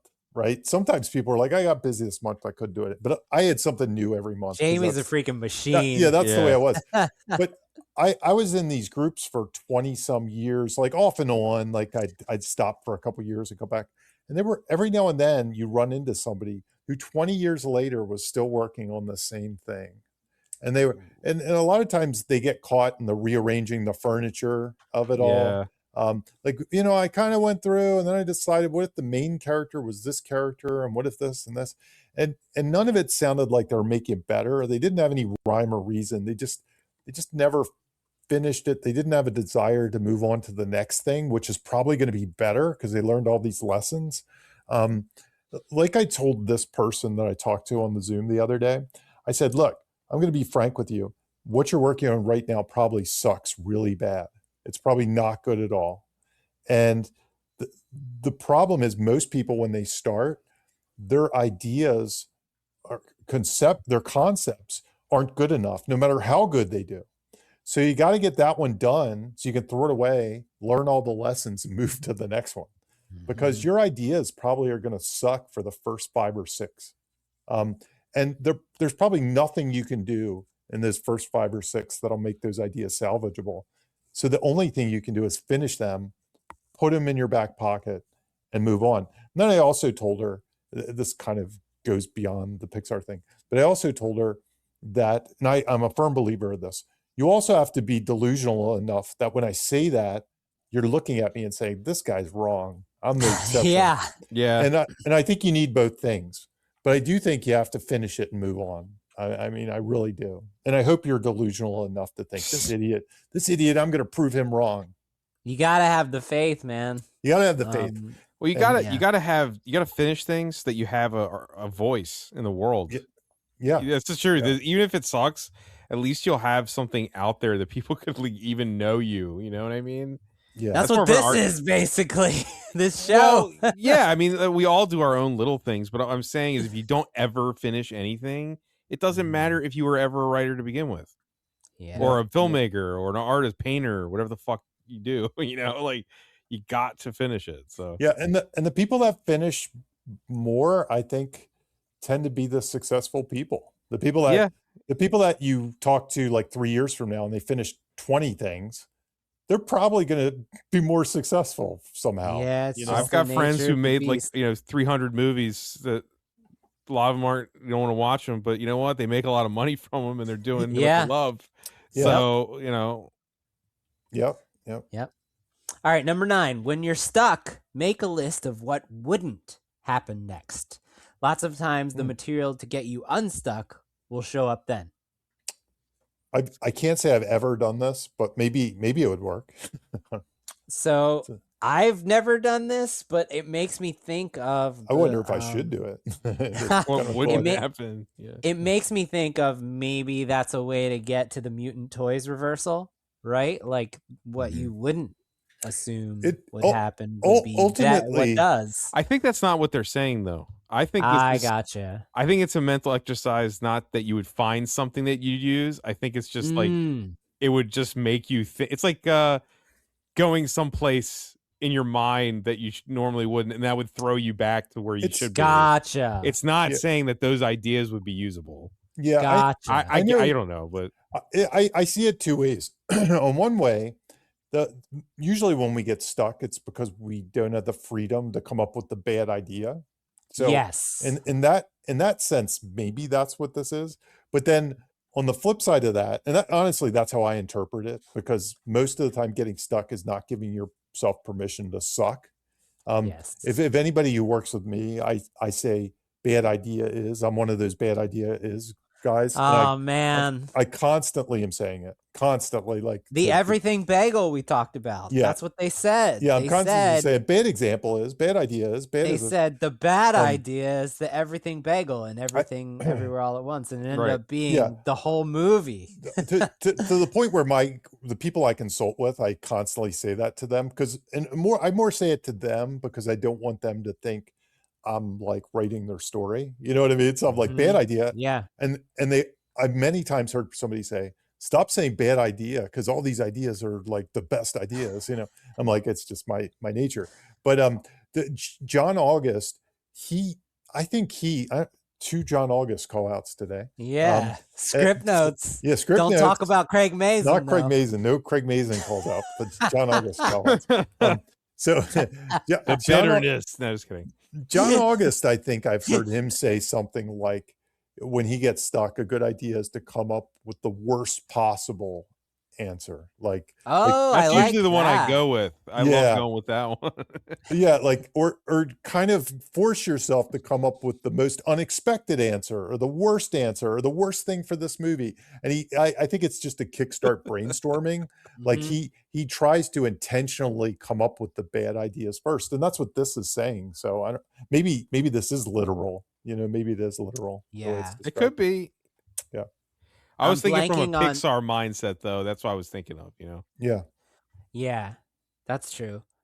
Bill Hader, I heard him talking once, and he said he tries really hard to get to the bad ideas as quickly as possible. That's why he dumps it all. He's like, this is would be, just like you said, Jamie, this would be a bad idea. This would be a bad idea. This would be a bad idea. And that gets him. He's like, the sooner you get to the bad idea, the sooner you get to the good idea. I'm somebody that I'm a firm believer in that. And I haven't done this in a while, but something I used to do. I used to feel if I made lists, so instead my version of this would be, when you're stuck, come up with a list of 20 things that you could do, because it'll force you to come up with bad ideas. And usually within that list of 20, there's a good idea. So it's coming up with the one idea that's always hard, I think. We've never written together, but it's always fascinating to me how similar our process is, because that's exactly what I do, is the list. I'm a list man. Yeah. I used to lists. I do lists for everything.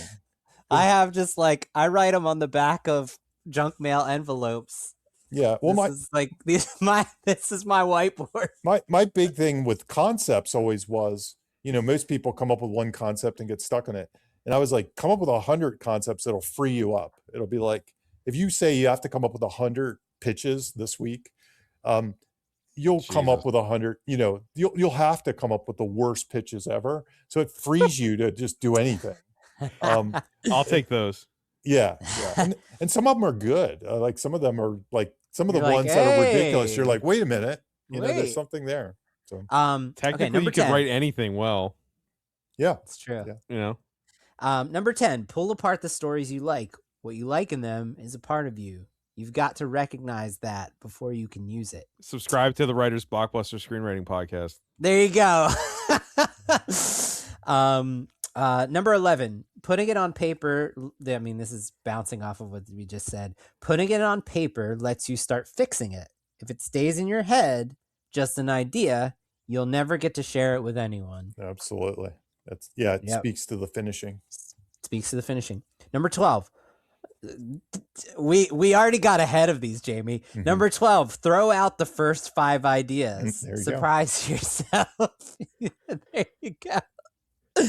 So, but I think it speaks to the movie, right? The new iteration we saw, which is the old iteration was a completely different approach. Right. That was the first instinct. Yeah, and I think that speaks to the pain of rewriting. Like that's the downside of rewriting is you probably are going to have to completely change something 5 times. And each time it's a bruise to your soul.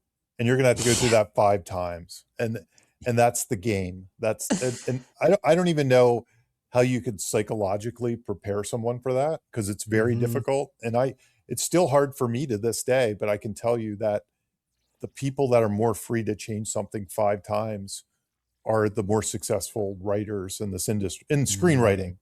I don't know if that's true and not. I don't think it is as true in novels. I think they tend to write stuff and like, I don't know. I shouldn't say that. It probably depends on the writer. But yeah, like we're not doing this movie, but Disclosure Day, didn't he say he wrote it like 30 times, 40 times, something. 40 times. And I mean, this is like somebody at the top of their game, right? Writing. They wrote a script 40 times in a year. I mean, yeah. But honestly, that number isn't as shocking, coming to somebody that's on draft 16 of a script right now that I've done this year. Yeah. It's not that shocking because mine's not even greenlit. If I had Spielberg greenlit on my project, maybe it would be 40. So. All right. Number 13, give characters opinions. Passivity is poison. Duh. I mean, yeah. Yeah, it's pretty obvious. Mm-hmm. Yeah. If Woody just fine with Buzz, what's the movie? Where this really sticks out is Mr. Potato Head and how right. he's so shitty to Woody over and over again. Oh. And the casting, obviously. Yeah. Don Rickles, can't go wrong. Don Rickles. For that character with those opinions. Number 14, why must you tell this story? What's the belief burning within you that your story feeds off? That's the heart of it. In this specific case, I have to imagine many people involved had owned a lot of these toys and lived this childhood. Right? They're getting to play with those toys in a way that essentially. Yeah. Jamie, do you have to deal with this, like selling the YU? Oh yeah. Whenever I do a pitch, I do the YU. Mine is usually, and here's where it gets weird. Here's the YU. Like, let's say they say, "Come on in. We're doing Thundar the Barbarian," right? And Jesus. And they want to know, like, you're going to pitch on Thundar the Barbarian next week, and the first thing you need to tell them is why I'm the best person for Thundar the Barbarian. And sometimes you can say, "Look, here's my Thundar the Barbarian action figure set." And I'm the only person that has this. Yeah, you got to get a hasty tattoo. Yeah. Here's my tattoo. So that's one way you can do it, but that's really not the good way. The good way is to say, well, Thundar was a lonely guy, and I was lonely, and and you try to attach something meaningful in your life and maybe vulnerable to the character arc, not. Or the themes of the character or something like that. Usually that's the right approach to the YU for this project. And it kind of has to be sincere and it kind of has to be vulnerable. And you tend to have to do that. like whenever I do a TV pitch, that's always at the top. Whenever I do, it's rare I do a movie pitch. Like movie pitches don't happen as often, but sometimes I have to pitch on on like a Thunder the Barbarian, or something. The movie. I've never pitched on Thunder the Barbarian.